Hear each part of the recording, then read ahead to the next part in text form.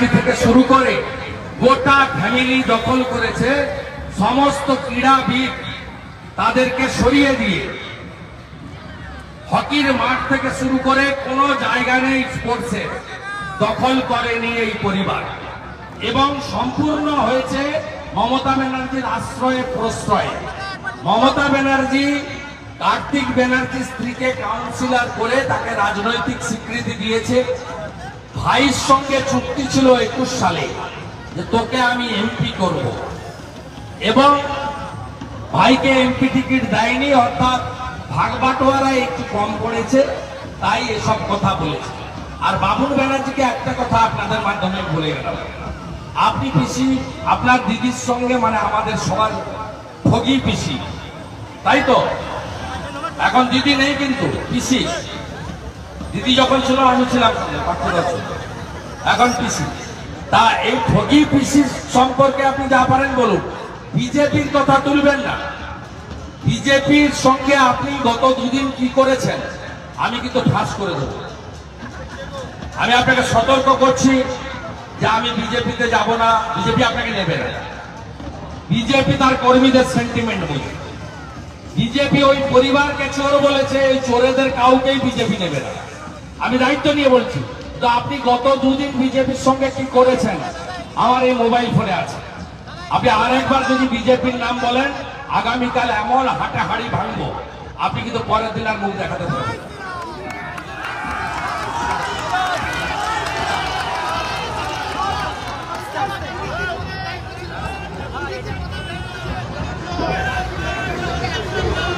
না না, এ তো ভাগবাটোয়ারের গন্ডগোল। আর যখন নৌকা ফুটা হয়, জল ওঠে না, কেউ বাঁচাতে পারবে না, কেউ বাঁচাতে পারবে না। এ তো ট্রেন ছেড়ে গেছে, ট্রেন ছেড়ে গেছে, বাংলায় ডবল ইঞ্জিন আসছে। আপনি দেখছেন সিএ কার্যকর হয়ে গেছে, দুদিন হয়ে গেল, কোথাও কোনো প্রতিবাদ নেই, কোথাও কিচ্ছু নেই। মানুষ সবাই মেনে নিয়েছে এবং মুসলিমরাও বুঝে গেছে এটা কারো নাগরিকত্ব কেড়ে নেওয়ার আইন নয়। এটা মতুয়া সমাজের পিয়ার ঠাকুরদের 45 সালের লড়াইকে ভারত সরকার স্বীকৃতি দিয়েছে। এবং মোদীজি 19 সালে ঠাকুরনগরে প্রতিশ্রুতি দিয়েছিলেন, আইন করেছিলেন, তার মেয়াদ শেষ হওয়ার আগে মানে পুনর্বার ভোটে যাওয়ার আগে তিনি তার সব প্রতিশ্রুতি পূরণ করেছেন। রাম মন্দির সহ 370 সহ এটাও তিনি পূরণ করে দিলেন।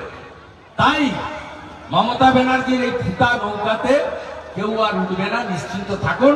এবং পশ্চিমবাংলায় যে সংখ্যক আসন এবারে বিজেপি জিততে চলেছে, তারপরে আমার তো মনে হয় 1.5 বছর অপেক্ষা করতে হবে না, অতি শীঘ্র বিধানসভার ভোট হবে। এবং আমি শুধু আমার কর্মীদের বলবো, জেতার পরে মাথা ঠান্ডা রাখতে হবে। তৃণমূলের মতো কেউ যেন কোথাও মানুষের সঙ্গে খারাপ ব্যবহার না করে, বিজেপির এটা নীতির মধ্যে পড়ে না। আপনারা একটু আমাদের কথা শুনুন। বাংলাতে ডক্টর শ্যামাপ্রসাদ মুখার্জির বাংলায় ডবল ইঞ্জিন আমরা করব। আর রানাঘাট আমাদের দিয়েছে 19 আর 21-এ, নীলগেম করেছে 21-এ। রানাঘাটে আমরা বলছি তৃতীয় ভোট চাইব না, 24-26টা শুধু দেখে দেন। রানাঘাট কি পাবে, রানাঘাটও যাবে। উন্নয়নের ফলে ফুলে পল্লবিত সুশোভিত করব, বেকাররা বাড়িতে থাকবে না, নারীদের সুরক্ষা থাকবে। এবং সাথে সাথে যারা বাইরে আছেন পরিযায়ী শ্রমিক, তাদের বাড়ি ফেরানোর দায়িত্ব।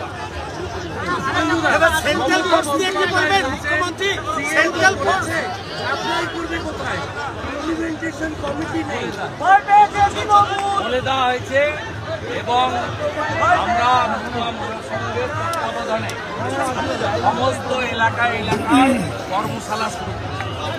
শান্তনু ঠাকুর মহোদয়, জগন্নাথ সরকার মহোদয়, ঠাকুর মহোদয় অলরেডি ইনফর্ম।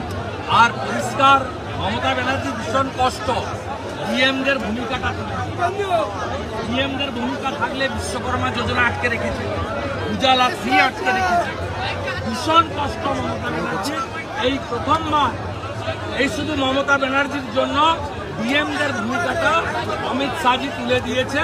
এই যন্ত্রণা থেকে পাগলের মতো হাত ছুটছে আর বলছে চোর মমতা যাচ্ছে, বিজেপি আসছে।